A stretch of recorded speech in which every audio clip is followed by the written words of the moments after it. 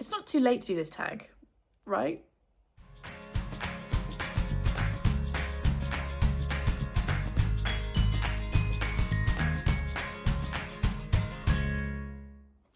Hi guys, welcome back to the channel. And yes, I know it's basically the end of August when this video is going up, but I still wanted to do it. So I have always done the mid-year Freakout tag, which was originally created, I've got the screen up here with all the information, which was originally created by Earl Grey Books and is that Chami, who I don't think is on YouTube anymore. I've done this tag video for the last couple of years. I'll be honest, I forgot about it when I was pre-filming for July. And by then I'd already pre-filmed and scheduled everything. So I just thought I would chuck it in August. Is that okay? It's a video I love to watch. I've watched literally dozens of them this year. It's a really popular tag and yeah, I kind of just wanted to join in. So hopefully that's okay. So like I said, as ever when I'm doing a tag, I have got my screen up here, just off camera, with questions on it. This was originally created, like I've already said, by Earl Grey Books and is this Chami. And we are going to do these questions. And there are loads of different versions of this tag now floating around, as happens when you put a tag out into the world. It kind of changes and morphs and grows. And this version is one that the lovely Jade at Jade Juniper has done previously, and I just like the way, the order of the questions, all that sort of stuff. It is the original tag but just slightly reshuffled, I think. So let's get into this. 17 questions and then the tag. So question number 1, how has your reading year gone so far? Obviously I'm thinking about up to the end of June because it's a mid-year tag. I would say mixed. I've had some really good months in the first half of the year and some really rubbish months. I think my reading's been a bit patchy, and mostly because I've had a lot of life stuff happening, which I won't bore you all with now. If you're interested in that side of things, then I will put my wrap-up vlogs underneath, because that's where I chat about everything that's going on in my life as well as reading. So 2025 so far has been challenging, and my reading has definitely reflected the kind of ups and downs. I'm someone that tends to read more when life stuff is happening, not less. But I've had some medical stuff this year that's made it difficult to read. So yeah, it's been mixed. It's been okay. I think at the end of June, I was a couple of books behind my goal of 150 books to read this year. Spoiler for the second half of the year, August has been fantastic, so I've definitely caught that up. But I was a few books behind, which is unlike me. And yeah, mixed, I would say. I've had some great reads and I've had some great reading months, but I've also had very meh reading months. So yeah. Question number 2, what is the best book you've read so far? This, Wayward by Amelia Hart, is still my favourite read of the year. My favourite stack is up here. I've pulled some of them out to talk to you about in this video. I read this back at the start of the year. This was either January or February, I think. And it is still my favourite read of the year. I was also sent by the lovely Michelle this absolutely stunning sprayed edge edition. I mean, look how beautiful it is. I've also, like, it's just so pretty. I read this on audiobook.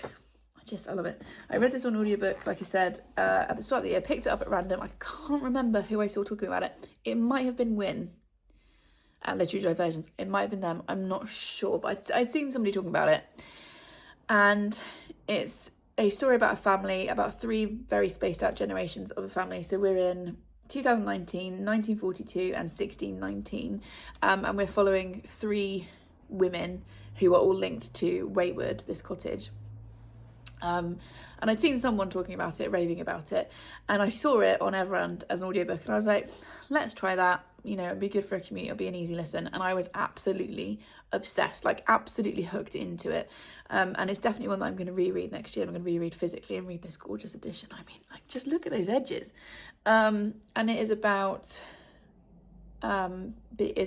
what is it about? Everything. It is about being a woman. It is about power. It's about your voice. It's just one of those books that makes me want to kind of like scream at the moon. It definitely set the tone for my reading this year. It also set the tone for my favourite stack this year as well. There's a lot of like similar themes in the books that I've loved this year. And yeah, this is still definitely my favourite read of 2025 so far. Please check content warnings. There's lots of dark stuff happening in this. But it was just absolutely fantastic. So yeah, definitely this one, absolute revelation, definitely a surprise, and my favourite read of the year so far. Okay, number 3, best sequel you've read so far in 2023. Human Rights by Juno Dawson. For this tag, I'm trying to choose only to talk about books once, because lots of these I could just put in different places. So there's another sequel I also love, but I'm going to talk about that later on for a different question. But I loved the ending of the HMRC series. I know that not everyone has loved all of this series, but I really, really, really did. I was happy with the way it ended. I liked that it's left slightly open so that if Juno Dawson did ever want to give us some more stories of these women, she could. But it also finishes off and closes off the threads that she had woven. This is, yeah, like I said, book 3 or 3.5, depending on how you look at it, in the HMRC or Her Majesty's Royal Coven series. We are following a coven of witches and how they deal with a perceived threat that rises. And again, very much like this one, it's about feminism, it's about womanhood, it's about girlhood, it is about the bonds, it is about magic, it is about family, found family, all the things I love basically. And also this is written with Juno Dawson's kind of trademark humour and wit. There are 90s references in here. It's a very British book. There's certain things in here I'm not sure other countries will completely get. And I can't wait to reread it. The audiobooks are read by Nicola Coughlan, which I would highly recommend. I read this one physically with my eyeballs this time, but I will definitely be rereading it. Probably, I say next year, but watch me probably reread it before the end of the year, because I won't be able to wait to hear Nicola Coughlan audiobook narrate it. So yeah, this is probably my favourite sequel of the year, and another great cover. I mean, come on, it's such a great cover. And then on the back, A Deal with the Devil, groundbreaking. I was just like, yes. Okay, new release you haven't read yet, but want to. This was sent to me. I think this was sent to me at the end of June. This might have actually, thinking about it, been sent to me in July. But this comes out in November. And I was very, very, very, if you saw the vlog clip, you'll know, excited to be sent an ARC by Book Break. So thank you so very much. This is Brigands and Bread Knives. This is the next book by Travis Baldry, whose books I have loved. He wrote Legends and Lattes and Bookshops and Bone Dust. Both books that I adore. Cozy fantasy. This is the next in the series. It comes out in November. I'll be reading this in October unless I lose all self-control and read it early. But yeah, this one is definitely like, is this the question I'm supposed to be answering? A new release? No, this is definitely my most anticipated. How many years I've been doing Booktube? This should be question 5, most anticipated release for the second half of the year. This one I'm very excited for. That's the answer for question 5. Question 4, which was a new release you haven't read yet but want to. I'll be honest, at the end of June I was up to date with my new releases. I've been really good this year. I've only been pre-ordering books I know I want to pick up the second they arrive, and I have been doing that. So not to be annoyingly smug, but I am actually up to date with my new releases, so I don't have an answer to that question. That's why there was no book in that stack and I picked this one up instead. But yes, I am hyped for this. Comes out in November. You'll see me read it in October, unless I cave in early, which is entirely possible. Okay, number 6, biggest disappointment of 2023 so far. So I had to go back and have a look in my trusty green notebook at this, because at the end of each month I record my favourite read of that month, and I also record my most disappointing. And in April I read no, it's not that one, not in April. I mean, why are you even here? Professional booktuber, I ain't. In March, I read The Unworthy by Augustina Bastarrica. Editing Victoria put the cover up here. I was really disappointed by that book. I love Tender as the Flesh by that author. Check content warnings, it's super dark. It's a book about cannibalism. That is one of my favourite books of all time. And I know I just said it's a book about cannibalism. But anyway, I loved that book, and so I was like primed and ready to love this one. Plus it's kind of post-apocalyptic dystopian. It was a bit weird. I was like, this is gonna be a book for me, and I gave it, did I give it 3 stars? Where are we? The Unworthy. Yeah, I gave it 3.5. I feel like it might actually be more of a 2.5 upon reflection. I was bored reading that book. Got to the end, couldn't see what the point was, and yeah, really disappointing. So that's definitely my most disappointing read of the year so far, or up until the end of June. Biggest surprise of 2023 so far.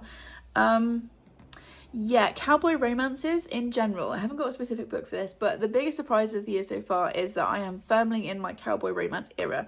Nobody saw that coming. I didn't see it coming. Did you guys see that coming? I feel like nobody did. I have demolished an entire series, which I'm going to talk about in a minute. I've read a couple of other start of series as well, and I'm just really enjoying it. For some reason, it just really scratches that itch in my brain. I think it's the combination of romance, which I started enjoying a lot more last year, and I'm definitely still in that zone. But it's also because it's small town. A lot of the time there's found family elements. There's quite often food descriptions. So it's got a lot of the things that I like in, say, a cozy fantasy, and that transfers over into cowboy romance. So yeah, the biggest surprise of 2023 so far is of 2023. That's because I'm reading it off here. Biggest surprise of the year so far is that I'm in my cowboy romance era. And if you can recommend me any, please do, because I will definitely pick them up and hopefully enjoy them. Okay, speaking of, favourite new author, new to you or debut. So this is not a debut author, but it's Elsie Silver. I read this entire series. We're going to talk about another book in this series in a minute. Is this Chestnut Springs? Maybe? I can't remember. But I read this entire series this year before the end of June. I'd read all 5 books.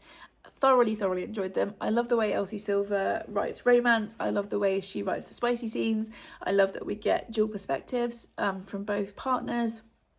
I love the way she deals with mental health issues, with family dynamics. There's a book in the series where we've got a step parent, and as a step parent I really enjoyed how that was dealt with. And yeah, they're just really easy to fly through, but there's a lot more depth to it than you would expect. So yeah, Elsie Silver is my new favourite author this year. And like I said, I've read by the end of June, I'd read 5 of her books, which is a lot. That's the most I've read from any author this year. Okay, question number 9, newest fictional crush. Newest fictional crush. Wow, I am really sucking at this today. Apologies, guys. This video's a bit of a mess, but we all know. Oh, I'm going to put it up anyway. Right, newest fictional crush, speaking of Elsie Silver, is Jasper from Powerless. This is my favourite book of the series, which I know is an unpopular opinion. Most people put this last. But I really like this book, and I was talking to Chloe about it when she was here. And I think it's because Jasper reminds me of my husband the most out of the men in this series. And maybe that's why we gravitate towards certain books. Maybe they reflect either our partner or what we look for in a partner, because Jasper really reminds me of my husband. And I don't often have fictional crushes. When I've done this tag before, I'm like, that doesn't really happen to me.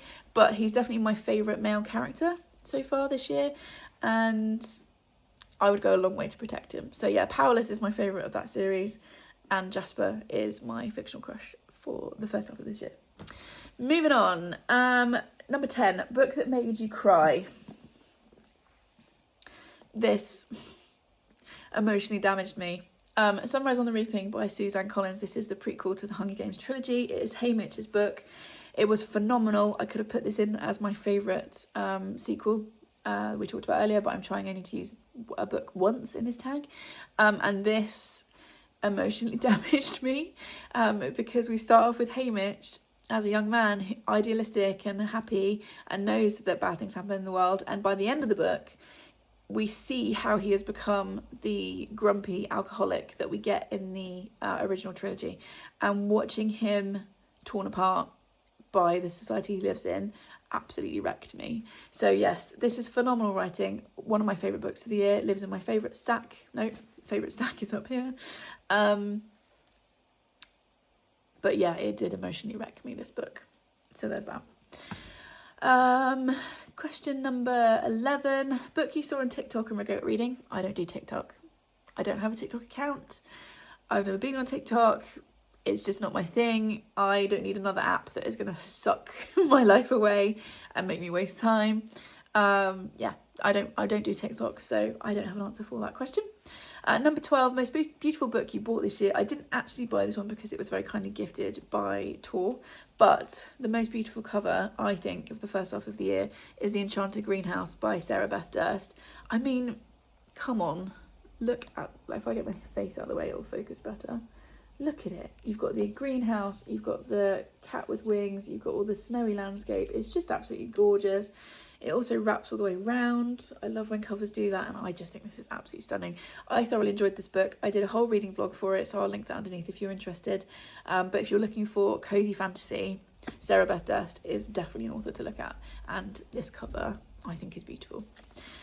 Okay, number 13, what are books you need to read by the end of the year? So I can't talk about it in detail yet because it's a video that's coming after this one, but I do have a set of books. I do have a project that's coming, which will very much shape my reading for the end of the year. And I know that's super vague and annoying, but what I would say is if you enjoyed the summer reading challenge, if you could leave me a bit of space in your reading for the end of the year, I might have a little something up my sleeve. I'm going to film that video today. It'll be up in mid-September. So that's definitely going to shape what I'm reading. And then just the books on my shelf. I try very hard to keep my TBR to less than 6 months old. It was one of the intentions I set myself at the start of the year.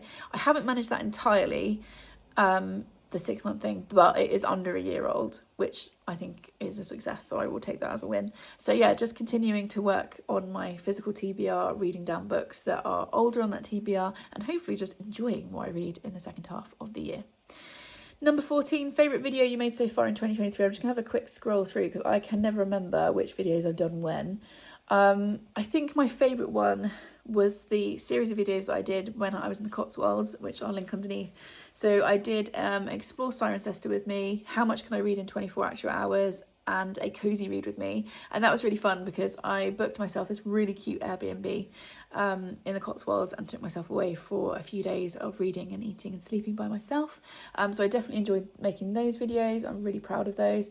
I'm proud of all my content this year.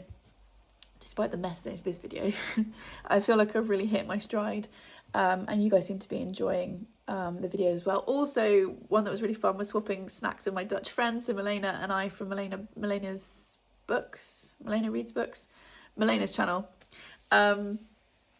swap snacks. So she sent me a bunch of Danish snacks, I sent her a bunch of British snacks, and we both did a video, so I'll link those underneath because that was really fun. I'm just having a quick scroll through as I'm talking to you.